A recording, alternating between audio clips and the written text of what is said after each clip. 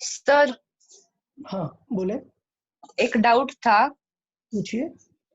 Capacitor का capacitance दिया है और रेट दिया है चार्जिंग का, और वोल्टेज भी दिया है और टाइम पूछा है कि कितने टाइम बाद इतना पोटेंशियल डिफरेंस होगा करके। तो ओके, उसे कैसे सॉल्व करेंगे? तो रेट ऑफ चार्जिंग दिया हुआ है, मतलब कि आपको D Q by D T दिया हुआ है, तो हम उस वैल्यू को इंटीग्रेट कर देंगे। मीन्स, चलिए देख लेते हैं थोड़ा सा। जो आपने क्वेश्चन पूछा, आपने ये पूछा कि we have given the charge rate, that means D Q by D T we have. तो D Q by D T हमें गिवन है ये, और हमें पता है क्यू इज इक्वल टू होता है सी इंटू वी। क्लियर? तो अगर मैं इसे डिफरेंशिएट, इसको इंटीग्रेट कर दूं, like D Q by D T की अगर बात करूं, तो ये क्या हो जाएगा, सी भी गिवन है हमें, वी भी गिवन है, मतलब क्यू को लिख सकते हैं सी वी टाइप में। क्लियर? तो ये जो D Q by D T है, इसमें क्यू को क्या लिख सकते हैं, सी वी टाइप में लिख सकते हैं। सो अगर हम इसे देखें, सो क्यू को हम लिख सकते हैं सी वी। इसमें से कोई भी चीज वेरिएबल है क्या? नहीं, कोई भी वेरिएबल नहीं है। अगर कोई भी वेरिएबल नहीं है तो फिर डी लिखने की ज़रूरत ही नहीं है। देखें, अगर कोई भी चीज़ वेरिएबल नहीं होती तो जस्ट सिंपल लिख सकते हैं। फिर आपको क्यू बाई टी गिवन है, और हमें पता है कि क्यू क्या होता है, सी इंटू वी होता है। सो यहाँ से टी की वैल्यू आ जाएगी, टी इज इक्वल टू आ जाएगा सी वी अपॉन जो भी रेट दिया था, just direct. Okay sir. Okay, okay, तो थोड़ा सा हम प्रीवियस लेक्चर का एक बार रिव्यू कर लेते हैं।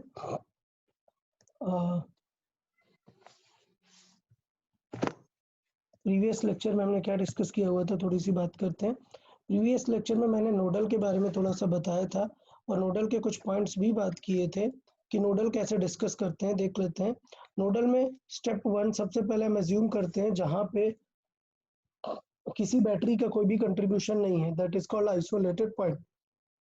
तो ये टॉप वाला पॉइंट हमने आइसोलेटेड वाला, ये पॉइंट हमने डिस्कस किया कि यार ये एक आइसोलेटेड पॉइंट है। फिर उसके बाद हम क्या डिस्कस करते हैं कि एक रेफरेंस मान लिया जो कि मोस्ट ऑफ द बैटरीज से कनेक्टेड पॉइंट रहता है, तो इसे मान लिया कि ये रेफरेंस जीरो है। तो उसके अकॉर्डिंग हमने बाई कॉमन सेंस लिख दिया कि यार ये सारे पॉइंट्स के पोटेंशियल क्या होंगे, वो सारे पोटेंशियल लिख दिए। फिर हमने एज्यूम किया कि ये जो हमारा नोड है, यही सबसे हाईएस्ट पॉइंट है और यही चार्ज फ्लो कराएगा। तो हमने ये यूज किया कि यार इसने Q1 Q2 Q3 three charges flow कराए, और मुझे पता है कि यहाँ पे कोई और चार्ज तो है नहीं, that means Q1 plus Q2 plus Q3 must be zero. और ये लिखना नहीं पड़ता Q1 प्लस Q2 Q3, आप डायरेक्टली ये लाइन से स्टार्ट कर सकते हो कि Q होता है C इंटू वी, डायरेक्टली आप लिख सकते हो कैपेसिटर इंटू उसके बीच का पोटेंशियल डिफरेंस। तो जितने कैपेसिटर है, 3 है, 4 है, 5 है, जितने भी हैं, सबको आप समेशन करके जीरो के इक्वल कर सकते हो। इस तरीके से आपका आंसर सिंगल वेरिएबल में आ जाएगा, और आप तुरंत एक्स की वैल्यू निकाल लेंगे कि व्हाट इज दैट पोटेंशियल। और अगर पोटेंशियल निकल आया तो आप Q is equal to C V लगा सकते हैं सारे केसेस में। तो इस तरीके से बहुत ही सिंपल से हम क्वेश्चंस को, जो कि किरचॉफ के सेकंड रूल से अप्लाई होकर सॉल्व होने वाले थे, उन्हें हम बहुत ही सिंपल तरीके से फाइंड कर सकते हैं। चले, आज हम कुछ एग्जांपल से स्टार्टिंग कर देते हैं। जैसे नोडल का यूज करके ही आप लोग सॉल्व करें तो बेटर रहेगा, जो हमने लास्ट क्लास में नोडल डिस्कस किया हुआ है। ओके, तो बात कर लेते हैं। लेट्स से एक एग्जांपल देख लेते हैं। In an example similar sort of question I am giving कि ये 3 कैपेसिटर्स हैं, ये एक बैटरी है, एक ये बैटरी है, this one is the third battery. Okay, so ये क्वेश्चन है, इसमें ये सपोज है 2 माइक्रोफैरड, ये है 3 माइक्रोफैरड, और ये है 4 microfarad. The voltage are, this is 5 volt, this is 10 volt, और let's say this is 15 volt. Okay, so question is find the charge, find the charge in 3 microfarad capacitor. Okay, try everyone.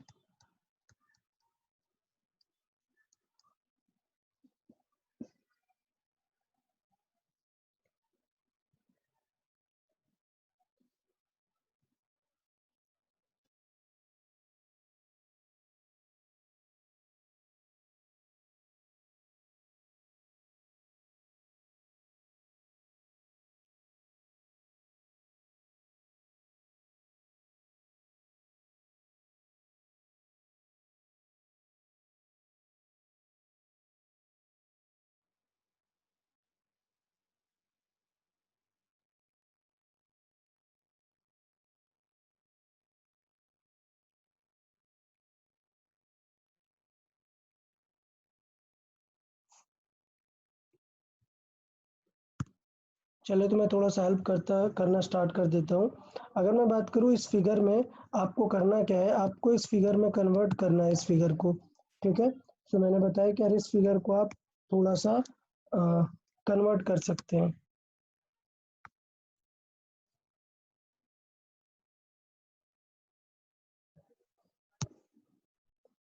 ठीक है, तो इस figure में हम देखें कि करना क्या होता है, हमें एज्यूम करना स्टार्ट करना होता है कि यार लेट्स से एज्यूम करते हैं कुछ वैल्यूज। सपोज यहाँ पर हमने x एज्यूम किया, बट हमें पता है कि यहाँ पर x एज्यूम करना सही नहीं होता है। x हमें वहाँ पर एज्यूम करना चाहिए जहाँ पे मोस्टली कैपेसिटर्स कनेक्टेड है। तो लेट्स से हम एज्यूम करते हैं इसे x। फिर क्या करेंगे, जहाँ से मोस्टली बैटरीज कनेक्टेड है वहाँ पे हम क्या कंसिडर करेंगे, अपना रेफरेंस 0। तो 0 करने के बाद बस आपको बैटरी के उस पॉइंट तक पहुँचना है जिससे आप कैपेसिटर के उस तरफ पहुँच पाए। तो अगर ये 0 है तो देखो ये तो पॉजिटिव टर्मिनल इधर है ना, दैट मीन्स ये हायर होगा, तो ये क्या हो जाएगा, प्लस का 15 हो जाएगा। क्लियर। फिर इसकी बात करें तो इसका 0 हायर की तरफ है, ये नेगेटिव की तरफ है, तो इसका मतलब 0 बड़ा होना चाहिए। तो इसका मतलब ये पॉइंट लोअर होना चाहिए बाई हाउ मच अमाउंट 5। तो मतलब ये कितना आ जाएगा, -5 वोल्ट। तो इतना आपको करना आना चाहिए। फिर इस कैपेसिटर के एंड पे चाहिए तो यहाँ पे भी चेक करेंगे, तो ये कितनी वोल्ट बैटरी है, 10 वोल्ट बैटरी है। तो यहाँ पर पोटेंशियल आ जाएगा कितना, 10। क्लियर। तो अब तीनों के पोटेंशियल पता चल गए आपको, अब आप आराम से सॉल्विंग कर सकते हैं डायरेक्टली। अब मैं बार बार नहीं लिखूंगा, मैं डायरेक्ट लिख देता हूँ कि यूजिंग नोडल एनालिसिस हम बोल सकते हैं Q1 + Q2 + Q3 0, और Q इज इक्वल टू क्या होता है, C इंटू वी। तो देखना मैं डायरेक्टली सॉल्व करूंगा, 2 into x minus of -5 then plus 3 into x minus 15 then plus 4 into C into V. कर रहा हूँ मैं, बार बार लिख नहीं रहा हूँ, पीछे वाले क्वेश्चन में मैंने बहुत लिखा है, सी इंटू वी। तो ये हो जाएगा क्या, x minus 10 is equal to 0। तो इस तरीके से हम डायरेक्टली यहाँ पे सॉल्व करके निकाल सकते हैं। तो अभी सॉल्व कर दें और वैल्यू निकाल दें। Clear. So Samriddhi has given certain answer 10. We'll see, we'll check whether it is correct or not. या नोडल में किसी को कुछ डाउट है तो बता दो अभी। ओके, सो सॉल्व करते हैं। ये हो जाएगा 2x plus 10 plus 3x minus 45 plus 4x minus 40 is equal to 0. So we have here this 10 will cancel out, 35 and 75, and this is 3 2 5 4 9. 9x minus 75 is equal to 0. So x is equal to 25/3. तो हमें x की value पता चल गई कि यार x जो है वो है 25/3। और अगर हमें x पता चल गए तो हम किसी भी कैपेसिटर पे चार्ज निकाल सकते हैं। किस पे पूछा है, charge in 3 microfarad. Then we can directly write charge in 3 microfarad capacitor. तो कैसे हो जाएगा, Q is equal to C into V. So capacitor into ये कैपेसिटर कितना है, 3 माइक्रोफैरड है, इंटू पोटेंशियल डिफरेंस कितना है, पोटेंशियल डिफरेंस x माइनस बगल में कितना है 15। सो पोटेंशियल डिफरेंस है x minus 15। So we can solve it like 3 into x मतलब है 25/3 माइनस 15। सो देखें कितना आएगा, 3 3 विल कैंसिल आउट, ये कितना हो जाएगा 15 45, दैट मीन्स 20 माइक्रोकूलम।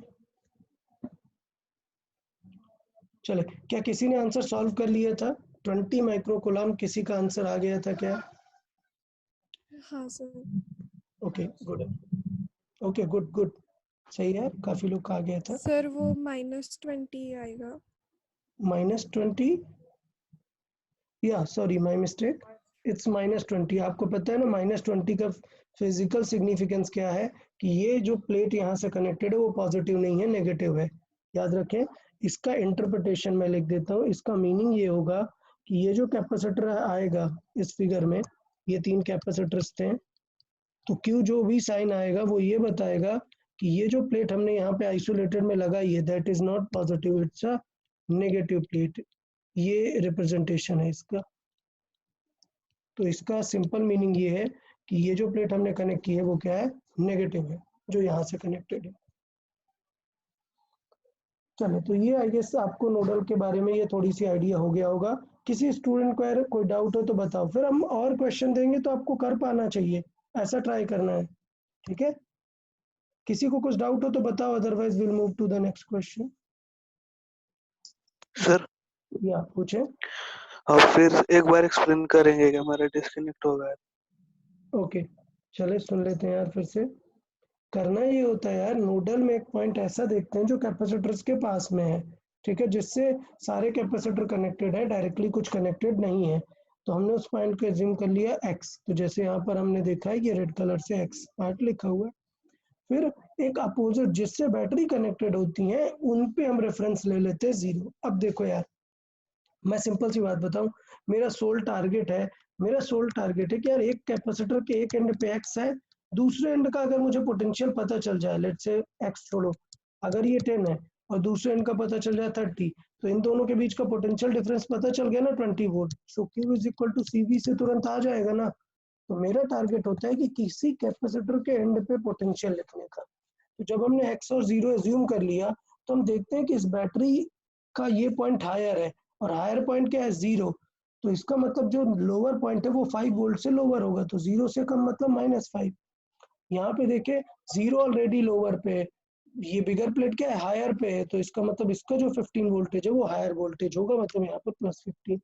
सेम चीज यहाँ पर हमने देख लिया कि +10 होगा। अब तीनों के लिए हमने Q is equal to CV वाला फॉर्मूला लगा दिया, C इंटू डेल्टा V जो भी पोटेंशियल डिफरेंस है, और सबका समेशन क्या कर दिया 0, because it is isolated plate, कोई और अदर बैटरी कनेक्टेड नहीं है ये 3 प्लेट से, ये जो 3 प्लेट एक्स से कनेक्टेड है, इसलिए इस सिस्टम को आइसोलेटेड प्लेट सिस्टम कहते हैं। इन तीनों प्लेट से कुछ और कनेक्टेड नहीं है, दैट्स वाई कोई सेपरेट चार्ज नहीं आएगा, और हम फाइनल आंसर इस तरीके से कर सकते हैं। चले एक और एग्जांपल देख लेते हैं। सो एग्जांपल वाइज ज़्यादा क्लियर हमें समझ में आने लग जाएगा कि पर्पस क्या है हमारी चीज़ों का, और एकदम टू द पॉइंट स्टिक नहीं करना है, आइडिया को ब्रॉड रखना है। हमारा टारगेट है एक कैपेसिटर के क्रॉस, याद रखना what is our sole target, to get these 2 points about any capacitor. अगर आपको किसी भी कैपेसिटर के ये 2 पॉइंट पता चल गए कि ये यार -2 वोल्ट है और ये -8 वोल्ट है, तो डिफरेंस कितना हो गया, डेल्टा वी 6 वोल्ट। तो अब आप Q is equal to CV लगा सकते हैं। ये लाइन बहुत इंपॉर्टेंट है कि रैंडमली कुछ मत करते रहना, पता होना चाहिए कि टारगेट क्या है, हमारा फाइनल गोल क्या है, कैपेसिटर के 2 पॉइंट का पोटेंशियल निकालना है। तो हमने एक का रेफरेंस से निकाल लिया और एक का एज्यूम कर रखा है, और उसको फिर लॉजिक वाइज सॉल्व कर लेंगे। चले एक और क्वेश्चन कर लेते हैं फिर। सो लेट्स से ये कैपेसिटर है, तो यहाँ से एक और कैपेसिटर कनेक्टेड है, एक और कैपेसिटर कनेक्टेड है, एक और कैपेसिटर कनेक्टेड है, और मान लेते हैं यहाँ से एक बैटरी कनेक्टेड है। ओके, तो ये पार्ट हो गया। चलो इनके कैपेसिटेंस की कुछ वैल्यू दे देते हैं। तो मान लेते हैं ये 6 माइक्रोफैरड है, ये मान लेते हैं 2 माइक्रोफैरड है, इसको 4 मान लेते हैं 4 माइक्रोफैरड, और इसको 6 माइक्रोफैरड। तो इस तरीके से मैंने सारे कैपेसिटर्स दे दिए, और बैटरी को बोल देते हैं लेट्स से 15 वोल्ट की बैटरी है। तब आपको इसमें से निकालना है किसी भी, let's say charge on 4 microfarad capacitor पूछा है, सो हम निकाल देते हैं। Let's say find the charge on 4 microfarad capacitor. Try करें सब लोग, find the charge on 4 microfarad capacitor.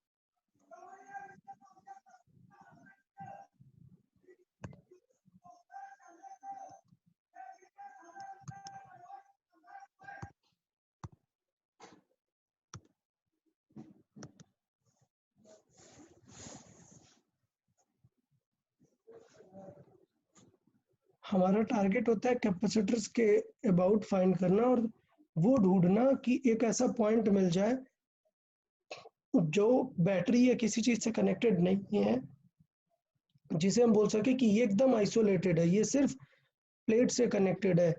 सो हर बार ऐसा नहीं कि एग्जाम में जो मैंने प्रीवियस फिगर बनाया वैसा ही बन जाए, आपको ढूंढना पड़ेगा। तो इस बार दिख रहा है कि ये वो पॉइंट है जिसको हम बोल सकते हैं क्या, अपना एक्स। अब बताएं रेफरेंस किसे बोल सकते हैं। सो रेफरेंस यूजुअली बैटरी के कहीं किसी पॉइंट को रेफरेंस बोलना चाहिए तो बेस्ट होता है। तो अगर कोई कॉमन रेफरेंस नहीं दिख रहा, एक ही बैटरी है, तो आप इसी को जीरो मान लो। मतलब ये जो वायर है बैटरी से, ये कनेक्टेड वायर है, यही हमारा क्या बन जाएगा, जीरो रेफरेंस। तो हमने इसको क्या मान लिया है, जीरो। मतलब कि ये वाला पोटेंशियल हमारा क्या है, जीरो है। ओके, अब ये बैटरी 15 वोल्ट है, जीरो मतलब लोअर पे, हायर पे कितना होना चाहिए, 15 वोल्ट की बैटरी है मतलब 15 वोल्ट। तो ये थ्रू आउट द वायर क्या होगा, यहाँ तक पूरा 15 वोल्ट होगा पोटेंशियल। तो अभी हमें सारे पॉइंट का पोटेंशियल पता चल गया, जल्दी से सॉल्व कर दे।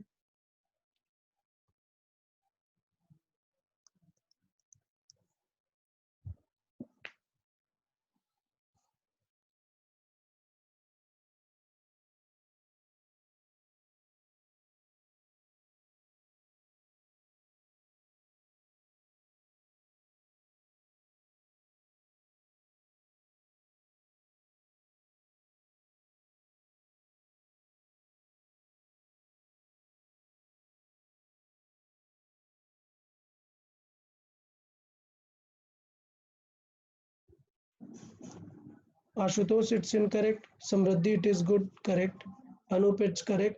अनूप क्वेश्चन तो देख लो कि क्या पूछा है, या अपने हिसाब से ही आंसर कर दोगे।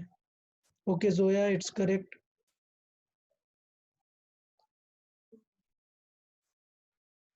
Very good Jayant correct.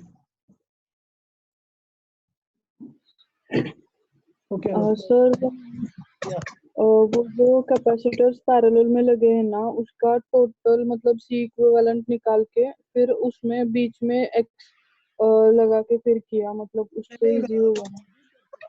But बात फिर वही हो जाती है। ठीक है, अभी क्या क्वेश्चन इजी दिख रहा है तो आपने वो लॉजिक भी लगा दिया कि इन तीनों को हटा के आपने एक सी इक्विवेलेंट लगा दिया, फिर सॉल्व कर दिया, चलेगा, नॉट अ प्रॉब्लम। आप वैसे भी कर सकते हैं, क्या 246 का आपने सी इक्विवेलेंट निकाल दिया और उसे वहां पर रख दिया और फिर दो कैपेसिटर के बीच में सॉल्व कर दिया, नॉट अ प्रॉब्लम। चलेगा, हम सारे ही सॉल्व कर सकते हैं, उतना कुछ उससे इश्यूज आने वाले नहीं है। तो ठीक है, बिकॉज हम अलग अलग सबको सॉल्व कर रहे हैं इसलिए सेपरेटली सॉल्व कर लेंगे, बट आप वैसा भी कर सकते हैं। Okay, so let's see answer क्या हो जाएगा। पहले 6 microfarad capacitor Q is equal to C into V, so 6 into x minus 15, then 2 into x minus 0 plus 4 into x minus 0। अब एग्जाम में ये पूरा एक्स माइनस 0 लिखना नहीं पड़ता है, ठीक है। 6 इंटू एक्स माइनस 0, एग्जाम में अब समझ जाना है कि यार एक्स माइनस 0 मतलब एक्स ही है, ठीक है। तो फिर ये क्या हो जाएगा, 6x minus 90 plus 2x 4x 6x, तो ये कितना हो गया 12x is equal to 0। So total हो गया हमारे पास 18x is equal to 90। Clear. So यहाँ से x इज इक्वल टू कितना आ गया, 9 से कैंसिल आउट हो जाएगा 10 यानी 5। सो x की वैल्यू आ गई हमारे पास 5। अब हमें फाइंड करना था चार्ज ऑन 4 माइक्रोफैराड कैपेसिटर। सो हम यहाँ पे लिख सकते हैं charge on 4 microfarad capacitor. So 4 microfarad capacitor पे चार्ज अगर हमें निकालेंगे तो Q इज इक्वल टू आ जाएगा C that is 4 into charge it is x minus 0। तो कितना आ जाएगा 4 इंटू 5 मतलब कितना 20, और देखें आंसर कितना आ रहा है, प्लस का 20 माइक्रोकूलम आ रहा है। तो मतलब आंसर क्या होगा कि ये जो प्लेट कनेक्टेड है उस नोड से वो कैसी रहेगी, पॉजिटिव रहेगी। तो ये एक सिंपल सा इंटरप्रिटेशन था इस चीज को लेके। किसी को इस सेगमेंट में कुछ डाउट है तो बता दे यार। अगर अभी डाउट नहीं बताओगे तो फिर आगे क्वेश्चंस करना मतलब टफ हो जाएगा यार आपके लिए क्वेश्चन इंटरप्रेट करना मुश्किल हो जाएगा। किसी को अभी कुछ लॉजिकल मिस्टेक या कुछ प्रॉब्लम हो तो बता सकता है। चले, अगर कोई प्रॉब्लम नहीं है तो फिर हम नेक्स्ट सेक्शन देख लेते हैं। चले नेक्स्ट एग्जांपल देखेंगे सब। नेक्स्ट एग्जांपल में लेट्स से बना देते हैं कुछ। लेट्स से ये एक बैटरी है, ये एक कैपेसिटर है, ये एक पॉइंट है, फिर लेट्स से ये कैपेसिटर है, एक बैटरी और है, ये पॉइंट है, ये कैपेसिटर है। तो ये इस तरीके से 3 कैपेसिटर है और ये पॉइंट ग्राउंडेड है। ओके, तो ये पॉइंट ए है, ये पॉइंट बी है। तो क्वेश्चन हमारा क्लियर है। Let's say find the potential of find the potential of point, मान लेते हैं इसे बी नहीं, इसे सी मान लेते हैं, इसको बी मान लेते हैं। Let's say find the potential of point B. Clear? So B point का हमें पोटेंशियल चाहिए एंड चार्ज इन कोई एक कैपेसिटर मान लेते हैं। लेट्स से चार्ज इन 4 माइक्रोफैरड कैपेसिटर और इनकी वैल्यूज दे देते हैं कुछ। सो ये हो गया अपना लेट्स से 2 माइक्रोफैरड, ये हो गया अपना 4 माइक्रोफैरड, लेट्स से ये हो गया 6 माइक्रोफैरड। तो ये वैल्यूज हो गई हमारी। ये बैटरीज बनी हुई हैं, बैटरीज का भी कुछ वैल्यू दे देते हैं। मान लेते हैं ये 20 वोल्ट बैटरी है और ये 10 वोल्ट बैटरी है। अब कुछ और चीजें गिवन है। सपोज ए पॉइंट का पोटेंशियल जो है, सो ए पॉइंट का पोटेंशियल मान लेते हैं गिवन है -10 वोल्ट। ओके, और बी पॉइंट का पोटेंशियल गिवन है 5 वोल्ट। तब आपको फाइनली ये चीजें सॉल्व करनी है। तो इसका मतलब गिवन डेटा में और भी कुछ गिवन है। गिवन क्या है? गिवन आपको है that V is -10 volts and VC is 5 volts। चले आप सॉल्व करें सब लोग।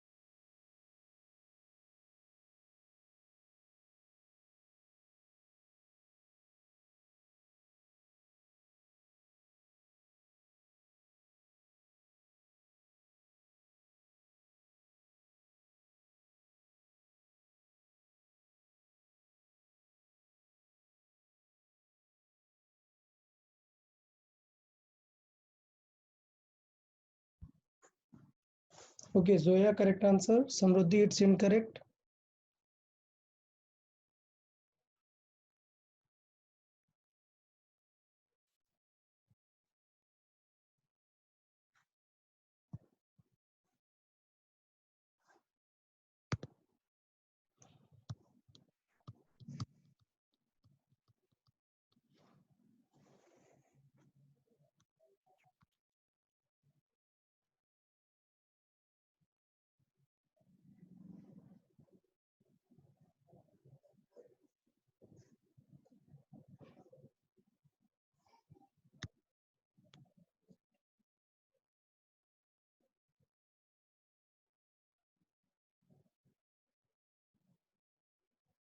Okay, Zoya, second answer is incorrect.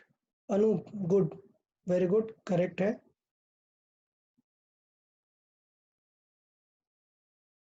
So, Ashutosh, it is correct. Now I need the answer charge in. Yeah, Anish, very good, it's correct. Now solve the charge on 4 microfarad capacitor. That's our question. Most of you are answering the potential at B. That is good, but haven't asked, I guess. Let me check. Yeah, find the potential of B. Okay, it was a question. So potential of B is good. Now find the charge in 4 microfarad.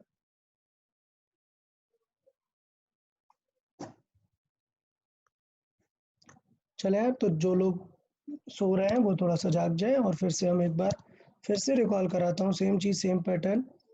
या good sign का it's correct, let's see. चले, तो क्या होता है यार, फिर से स्टेप्स फॉलो कर लेते हैं। हमें जो प्लेट्स कैपेसिटर से कनेक्टेड है वहां पर हमें कुछ एज्यूम कर लेना है that this potential is x. Done. फिर हमें एक रेफरेंस चूज करना होता है जो आउटर में था, यहाँ कहीं पे। क्लियर। बट देखो यहाँ कहीं रेफरेंस चूज करने की जरूरत नहीं है, all the potentials are given. हमें फाइंड करना होता है कैपेसिटर के बगल में। तो देखो कैपेसिटर के बगल में ये फिक्स है, क्या है, 0 है। इस कैपेसिटर के बगल में ये पॉइंट हमें चाहिए, तो हमें ये पॉइंट ढूंढना है। और इस कैपेसिटर के बगल में ये पॉइंट है, तो ये पॉइंट ढूंढना है। अगर थोड़ा सा कॉमन लॉजिक लगाए तो ये 5 वोल्ट है। मैंने क्या समझाया था कि 10 वोल्ट है और ये हायर है, पॉजिटिव वाला पॉइंट। मतलब कि अगर इस 10 वोल्ट पे फोकस करूं तो पॉजिटिव वाला पॉइंट हायर है, कितना, 10 वोल्ट। तो कितना आ जाएगा इस पॉइंट का पोटेंशियल, 15 वोल्ट आ जाएगा। मैंने कई बार इस तरीके से बैटरी दे के समझाया कि बैटरी का सिग्निफिकेंस 10 वोल्ट का मतलब ये नहीं होता कि ये 0 और ये 10 होता है। इसका मतलब होता है 10 वोल्ट डिफरेंस। मतलब अगर ये -5 है तो फिर इसका मतलब ये क्या होगा, +5 होगा। अगर ये वैल्यू 10 है तो फिर ये वैल्यू क्या होगी, 20 होगी। ये हमेशा हायर होगी बाई दिस मच अमाउंट। ये है physical significance of a battery. तो बात करते हैं कि यहाँ पे क्या है, बैटरी का ये पॉइंट लोअर होना चाहिए क्योंकि ये नेगेटिव टर्मिनल से कनेक्टेड है। तो बेटा -10 से भी 20 अमाउंट लोअर, मतलब कितना होना चाहिए, -30 होना चाहिए। तो काफी लोगों ने ये गलतियां की होंगी, बट आई गेस ठीक है, कोई बात नहीं, इम्प्रूव करते हैं हम। चल अब नोडल लगा देते हैं, सारे चार्जेस का समेशन 0 कर देते हैं। तो क्या हो जाएगा, C इंटू वी। सी कितना है 2, वी कितना है x माइनस ऑफ -30। तो ये हो गया क्लियर। प्लस अपना हो गया 4 कितना, x माइनस 15। देन अपना हो गया 6 x minus 0 is equal to 0। इसे सॉल्व करें।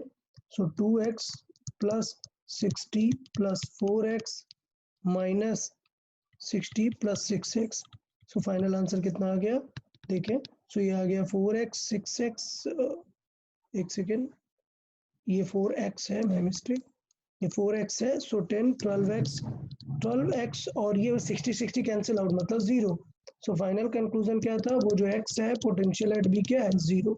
तो डायरेक्टली अब हम लिख सकते हैं इस question say that potential at B क्या हो जाएगा, पोटेंशियल एट बी क्या आंसर आएगा, 0। तो पहला क्वेश्चन हो गया। अब दूसरा निकालना था, charge on 4 microfarad capacitor. Charge on 4 microfarad capacitor, तो वो देख लें जल्दी से, सब लोग ट्राई कर लें। काफी सारे लोगों ने आंसर कर दिया है, काफी सारे ने नहीं। करें जल्दी से।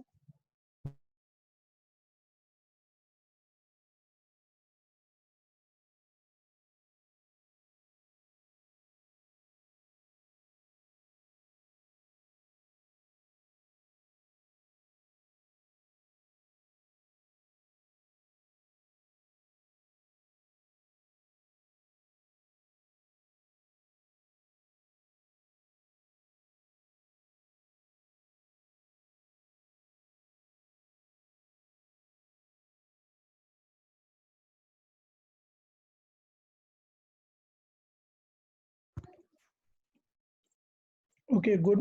So almost 10 to 12 students have answered correctly. That's great. हमें क्या करना है, C इंटू वी। तो C है हमारे पास 4, इंटू वी है x माइनस बगल में कितना है उसके 15। ये गलती नहीं करना, कुछ लोग डायरेक्टली x रख देते हैं, तो वो थोड़ा सा ध्यान देना है। सो इट इज 4 इंटू एक्स कितना है, 0 माइनस 15। तो आंसर क्या आ जाएगा, नेगेटिव का 60 माइक्रोकूलम। सो ये आंसर होगा। अगर आपसे क्वेश्चन पूछा जाए, एक चीज और, एक डाउट आ सकता है कि मे बी कभी कभी हो सकता है कि आपको एग्जाम में -60 देखने को नहीं मिले। क्यों? क्योंकि क्वेश्चन सिर्फ पूछा गया है what is the charge on the capacitor. देखें, what is the charge on capacitor, मतलब सॉल्व करने वाले को नहीं पता होगा कि कहाँ से कैसे क्या सॉल्विंग करना है। क्लियर? तो मतलब आपको पता है कि एक्स की तरफ जो प्लेट कनेक्टेड है वो नेगेटिव है। तो अगर ऐसा कुछ क्वेश्चन पूछ रहा है तो ठीक है, लेकिन अगर सोचो एग्जाम में लिखा हुआ है कि चार्ज ऑन 4 माइक्रोफैरेड कैपेसिटर है और सोचो नेगेटिव आंसर दिया ही नहीं है, क्लियर, तो आप ऐसे नेगेटिव नहीं करके आ जाओगे, मतलब या नन ऑफ दीज मत कर देना, जो 60 आंसर आया वो ही होगा। क्योंकि स्पेसिफिकली उसने प्लेट डिसाइड नहीं की है, सिर्फ पूछा है what is the charge on 4 microfarad capacitor. इसकी एक प्लेट में पॉजिटिव चार्ज भी होगा ना, तो हम एग्जाम में कभी ऐसे -60 लिखने की जरूरत नहीं होती है। यूजुअली एग्जाम में सिर्फ चार्ज पूछता है, दैट इज 60 माइक्रोकूलम। याद रखना, एग्जाम में ऑब्जेक्टिव में आप देखोगे ऐसे नेगेटिव नहीं मिलता है। तो ये एक पैटर्न था। तो मुझे लग रहा है कि आप लोग को इसका आइडिया होने लग गया है कि कैसे यूज करना है। काफी सारे स्टूडेंट आंसर कर रहे हैं। चले तो एक और एग्जांपल देख लेते हैं।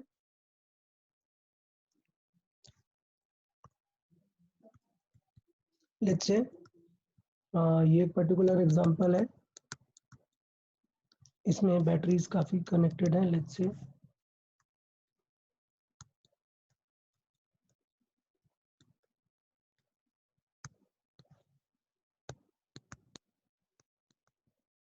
ओके, सो ये क्वेश्चन है, हमारे पास दो कैपेसिटर है, ये 2 माइक्रोफैरड कैपेसिटर है, लेट्स से ये 4 माइक्रोफैरड कैपेसिटर है, और हमारे पास जो डिफरेंट बैटरीज हैं, लेट्स से ये 10 वोल्ट है, लेट्स से ये 5 वोल्ट है, और ये 20 वोल्ट है। ये हमारे पास बैटरीज हैं। अब आप क्वेश्चन सॉल्व करें। Find the charge on 2 microfarad capacitor. Find the charge on 4 microfarad capacitor. Let's see, solve करें।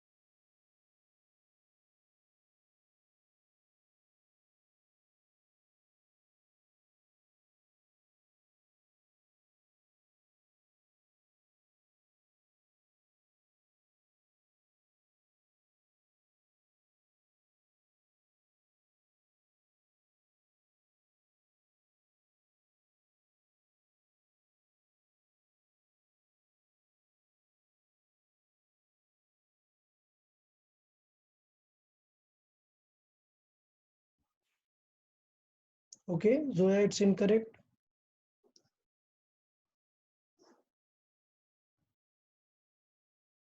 Recheck again. Everyone try to solve यार। बहुत ही इजी क्वेश्चन है। No, still incorrect. बहुत ही इजी क्वेश्चन है, इतना ज्यादा इसमें थॉट भी नहीं देना था।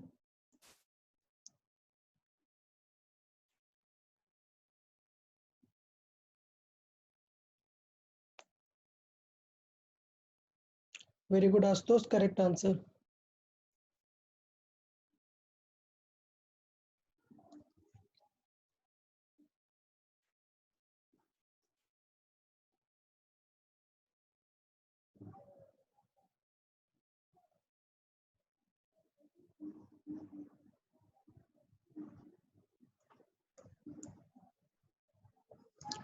Okay, Samruddhi, it's incorrect. Prerna, it's incorrect. Aman, incorrect. Aryaman, it's incorrect. Okay, maybe Atharva it's correct, Ritu it's incorrect. यार मे बी आप लोग अभी प्रॉपरली समझ नहीं पाए हो। बहुत सारे क्वेश्चंस को देने के बाद ये क्वेश्चन देने का पर्पस था। Prathamesh, it's incorrect. ये क्वेश्चन देने का पर्पस आप समझे, आपको समझाना था कि जरूरी नहीं है कि आपको हर बार एक्स निकालना पड़े। हमारा सोल टारगेट क्या है? To get the potential difference. Sole target क्या है? To get the potential difference. मतलब अगर आपको ये कैपेसिटर के अबाउट पोटेंशियल डिफरेंस पता चल जाए तो डायरेक्टली काम बन जाएगा ना। तो अब रेफरेंस से शुरू कर देते हैं, मान लेते हैं इसे, क्या मान लेते हैं? 0। तो अगर ये 0 है और ये हायर टर्मिनल है तो इसका मतलब ये वोल्टेज क्या होगा? -5 होगा ना। तो इसे एक्स एज्यूम करने की जरूरत ही नहीं थी, भाई कॉमन सेंस हमने लिख दिया कि इसका पोटेंशियल क्या होगा। तो वैसे ही ये पॉजिटिव से कनेक्टेड है और ये नेगेटिव से, तो इसका लोअर होगा कितना अमाउंट, -20 वोल्ट। ठीक, सेम चीज ये नेगेटिव से 0 कनेक्टेड है, प्लस वाला हायर होगा, मतलब कितना, 10 वोल्ट।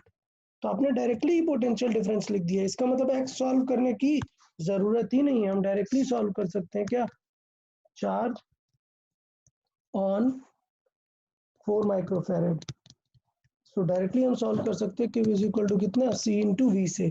C कितना है 4 माइक्रोफैरेड, V कितना है, पोटेंशियल डिफरेंस आप लगा देंगे। ठीक है, सो पोटेंशियल डिफरेंस आप किससे किस में लगाएंगे उसके अकॉर्डिंग उसका साइन आएगा। सो लेट्स से आप लगा रहे हैं -20 से या 5 से ही लिख लेते हैं। So it is -5 minus of -20, clear. So ये कितना आ जाएगा, +60। तो इसका मतलब ये हुआ कि जो -5 वाले के तरफ है उस तरफ प्लस प्लेट आएगी, मतलब यहाँ पर प्लस प्लेट आएगी और यहाँ पर माइनस प्लेट आएगा। मैंने बताया एग्जाम में ये मैटर नहीं करता है, एग्जाम में सिर्फ हमें क्यू का आंसर देना होता है। सो सेकेंड अगर देखें, charge on 2 microfarad capacitor, so वो हो जाएगा Q is equal to C into V. So C कितना है उसमें 2 है और V कितना है -5 ऑफ -10, सो ये हो गया -30 माइक्रोकूलम। माइनस का कुछ सिग्निफिकेंस नहीं है, माइनस का मतलब ये है कि जिस प्लेट से आपने 5 को एज्यूम किया है ये नेगेटिव रहेगी और ये प्लेट पॉजिटिव रहेगी। सिर्फ प्लेट का साइन बताने के लिए इंपॉर्टेंट है। अगर क्वेश्चन पूछेगा कि व्हाट इज द चार्ज, आप सिर्फ 30 कूलम आंसर कर सकते हैं, 30 माइक्रोकूलम, वो काफी होगा। तो ये थोड़ा सा एक क्वेश्चन में यहाँ पे मैंने एक नया डाला कि जरूरी नहीं है कि नोडल में आप हर बार एक्स ही मानते चलो, ये एक टेक्निक है, आपको क्वेश्चन टू क्वेश्चन थोड़ी सी वेरी करनी पड़ेगी, आप थोड़ा सा डिफरेंस देख सकते हैं उसमें। चलो, तो इस क्वेश्चन में बहुत सारे स्टूडेंट्स ने, मतलब बहुत सारे ही स्टूडेंट्स ने 40 आंसर किया था। काफी लोगों ने 60 किया था, अच्छा है, करेक्ट। 40 बहुत लोगों ने किया था। मुझे कोई बता सकता है कैसे 40 कैसे आ गया, कोई एक्सप्लेन करना चाहता है जिसका आंसर 40 आया, how they got the answer 40, क्या मिस्टेक की, बाकी लोग को भी पता चल जाए। सर वो x अगर उसको पकड़ के किया तो वो -10 आता था। ओके, अगर आपने उसे x एज्यूम करके सॉल्व किया है तो -10 आता था, बट पॉइंट ये है कि यहाँ पर तो कोई कैपेसिटर ही नहीं था ना, तो ये जो बॉटम वाली ब्रांच में उसमें C इंटू वी कैसे अप्लाई करेंगे। ओके, तो मैं समझा आप लोगों ने एक काफी बड़ी मिस्टेक की बिना देखे ही।